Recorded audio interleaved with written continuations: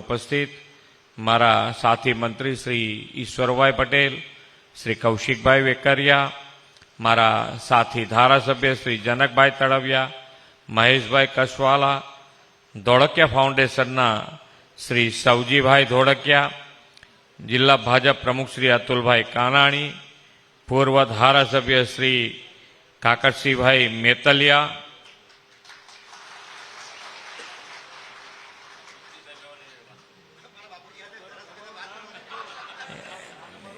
એમને પુનર્જીવિત કરી રહ્યા છે, અમે તો ના પાડે છે.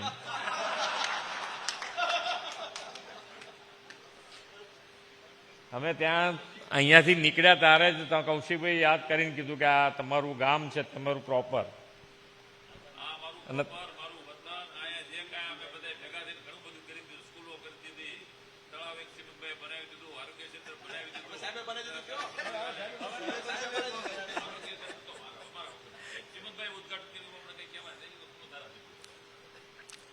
આપણે કોઈને માટે એવું નથી કે ભાઈ કોઈએ અહીંયા સુધીને આપણે પહોંચ્યા એટલે જૂના બધાનો આપણે આભાર જ માનવો પડે. ભાઈ પહોંચવા દીધા ને,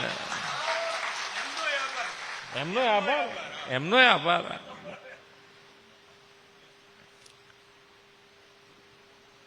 વિભાગના સચિવ શ્રી પીસી વ્યાસ, જિલ્લા કલેક્ટર શ્રી વિકલ્પ ભારદ્વાજ, જળ સંપત્તિ વિભાગના chief engineer Shri SG Pandya, આમંત્રિત સર્વે મહાનુભાવો, પ્રેસ મીડિયાના મિત્રો, સૌને મારા નમસ્કાર.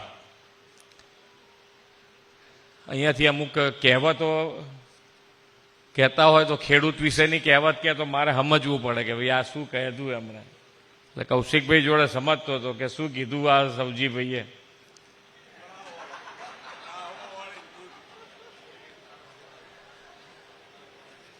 પણ સરકાર તરીકે અત્યારે જે સવજીભાઈએ કીધું એ જ વાતના આપણે પોઝિટિવ લઉં તમને તો હું કહું કે માનનીય વડાપ્રધાનશ્રીએ ગુજરાતમાં નાણાકીય વ્યવસ્થાપન એટલું મજબૂત કર્યું છે કે આખા દેશમાં અત્યારે આપણે નંબર 1 સ્થાન ઉપર છીએ.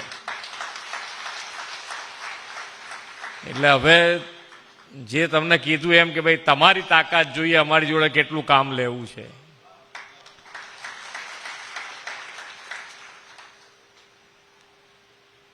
ગઈકાલે મહાવીર જયંતિ કે મહાવીર જન્મ કલ્યાણક દિવસ કહીએ છીએ આપણે. મહાવીર ભગવાને જે અહીંયાથી હમણાં વાત કરતા હતા ને કેપ્સ્યુલમાં પાણી જોશે આપણા આવતી પેઢી, એમ મહાવીર ભગવાને 2500 વર્ષ પહેલા પાણીને ઘીની જેમ વાપરવાનું કીધું હશે. હમણાં શું જોયું હશે વિચારી જોજો કે પાણીની મુશ્કેલીઓ દિવસે દિવસે વધતી જવાની છે એવું એમને 2500 વર્ષ પહેલા મગજમાં આવી ગયું. અને અત્યારે અહીંયાથી કહેવામાં આવ્યું કે જો આ બધું ના કરીએ આપણે તો ખરેખર કેપ્સ્યુલમાં પાણી 2 કેપ્સ્યુલ પાણી લેવું પડે. ડૉક્ટર લખી આપે કે આ કેપ્સ્યુલ લેજો, તમારે આખો દિવસ પાણી નહીં પીવું પડે, એવું પ્રિસ્ક્રિપ્શનનો વારો આવે. પણ એવી નોબત કેમ નથી આવવાની? કારણ કે આપણી પાસે એવું વિઝનરી લીડરશીપ છે કે જે ભવિષ્યની સમસ્યાનું સમાધાન આજથી કરે. બહુ લાંબી વાત આજે નથી કરવી, મારે 2 વાત હું તમને કહું આજે. એક તો પાણીની વાત નીકળી છે ત્યારે માન્ય વડાપ્રધાનશ્રીએ પણ કીધું છે કે પાણીને પ્રસાદની જેમ વાપરો. જેની પાસે છે એ વાપરીએ છીએ આપણે પાણી, એની તો કોઈને ના હોઈ શકે કે પાણી વાપરવા માટે જ સરકાર બધું આયોજન કરી રહી છે. પણ આયોજનની સાથે સાથે જરૂરી વાપરાય, બગાડ ન થાય. આપણી પાસે છે, બાજુવાળો ઢોળે છે, બાજુવાળો કમ્પાઉન્ડમાં ઢોળી દે છે 4 ડોલો, એટલે આપણે ઢોળી દેવી એવું મગજમાં ક્યારેય ના આવવું જોઈએ.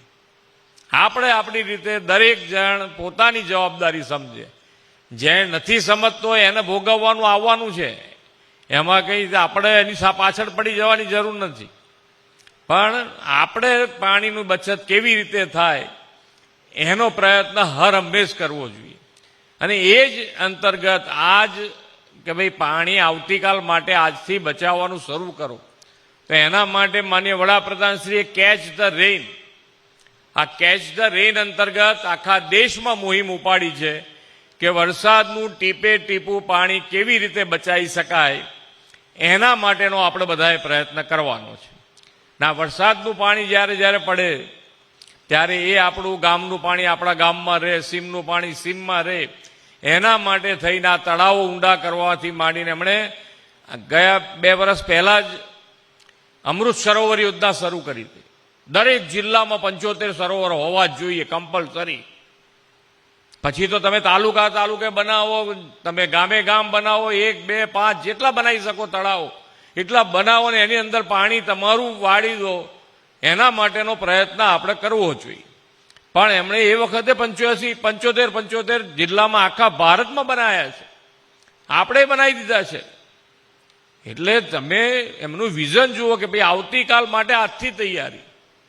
અત્યારે રિચાર્જિંગ બોર માટે પણ અમે ગુજરાત સરકારે પણ એમના જ માર્ગદર્શનમાં દરેક ધારાસભ્યને 50 લાખ રૂપિયા આપ્યા છે કે જેથી કરીને આ રિચાર્જિંગ બોર તમારે ક્યાંક બનાવવા હોય તો ધારાસભ્યની ગ્રાન્ટમાંથી તમે બનાવી શકો.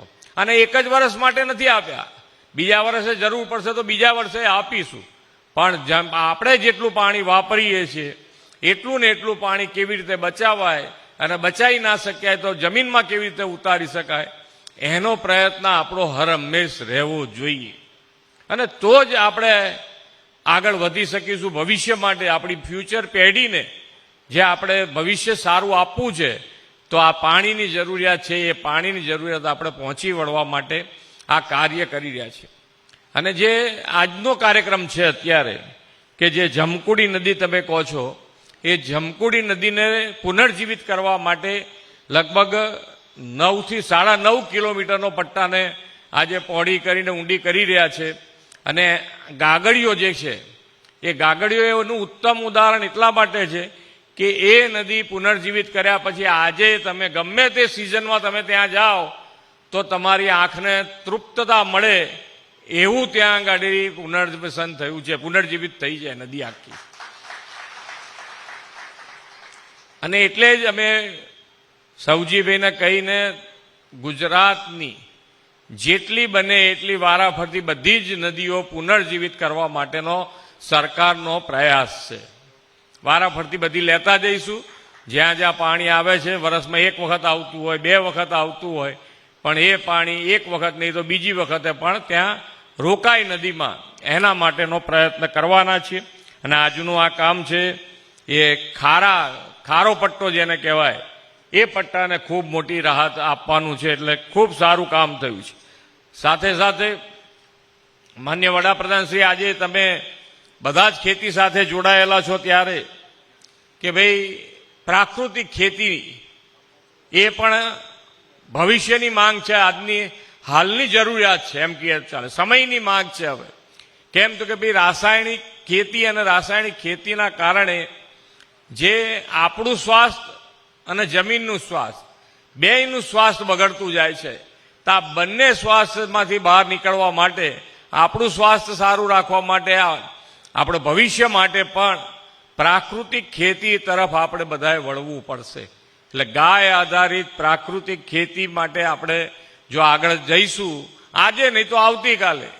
હું બધાને પૂછું છું કોઈ સોલ્યુશન છે આના સિવાય કે ભાઈ આ જે રાસાયણિક ખાતરથી જમીન બંજર થતી જાય છે તો એમાંથી બહાર નીકળવા માટેનો કોઈ ઉપાય તો કોઈ ઉપાય નથી. ફક્ત અને ફક્ત પ્રાકૃતિક ખેતી, દેશી ગાય આધારિત જે પ્રાકૃતિક ખેતી છે એની ઉપર આપણે બધાએ જવું પડશે તો જ એની અંદરથી બહાર નીકળાશે.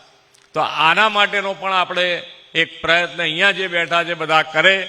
તમને કોઈ પણ જાતની તકલીફ પડે તો આપણા માન્ય રાજ્યપાલ શ્રી આચાર્ય દેવવ્રતજી આની મુહિમ ઉપાડી આખા ગુજરાતમાં. આજે 10 લાખ જેવા ખેડૂતો આ પ્રાકૃતિક ખેતી તરફ વળ્યા છે. તમને તમારા જિલ્લાથી માંડીને કોઈ પણ જિલ્લામાં પ્રાકૃતિક ખેતી કરતા ખેડૂતનું ખેતર જોવું હોય તો તમને બતાવવા માટેની અમારી તૈયારી હોય છે. તમારી તૈયારી જોઈએ કે ભાઈ આપણે આ પ્રાકૃતિક ખેતી તરફ વળવું છે. 2 વર્ષ, 5 વર્ષ, 7 વર્ષથી ખેડૂતો પ્રાકૃતિક ખેતી તરફ વળ્યા છે. અને એ તમે ખેતર અહીંયા તમે જોઈ આવો તો તમને વધારે મજબૂતાઈથી, તમને પૂરેપૂરો વિશ્વાસ, તમને પડતી મુશ્કેલીઓ પણ તમે લખીને અમને મોકલાઈ શકો છો કે ભાઈ અમને આવી આવી મુશ્કેલી પડે તો શું, તો એના સમાધાન તમને આપીએ, પછી તમે પ્રાકૃતિક ખેતી તરફ, પણ પ્રાકૃતિક ખેતી તરફ વળીશું. જે અત્યારે આપણે જોઈ રહ્યા છે કે ભાઈ નાની ઉંમરે ડાયાબિટીસ, નાની ઉંમરે પ્રેશર, નાની ઉંમરે કેન્સરો, હાર્ટ એટેકથી કેટલા નાની ઉંમરે તમે છોકરાઓ એકદમ આમ ઊભો થઈને પડી જાય. હવે આ પહેલા તમે અહીંયા ઘણા બેઠા છે વડીલો, પહેલા 60 વર્ષ સુધી તો ડોક્ટરનો નામ દેવાની તૈયારી નહોતી. કોઈ વસ્તુ તમારે કોઈ આખા શરીર કોઈ ચેક કરવાની વાત જ નહોતી.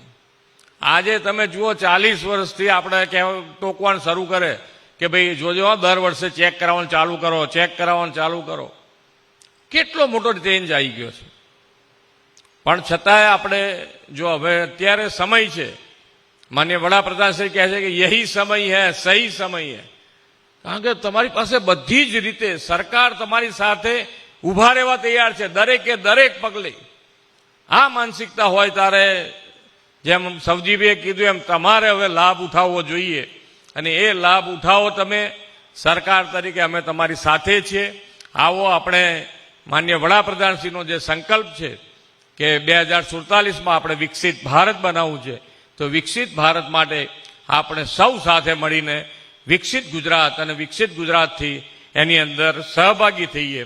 આપણે સૌ સાથે મળીને સહભાગી થઈએ, એ જ અભ્યર્થના સાથે વિરમું છું. ભારત માતા કી જય. વંદે માતરમ. જય જય ગરવી ગુજરાત.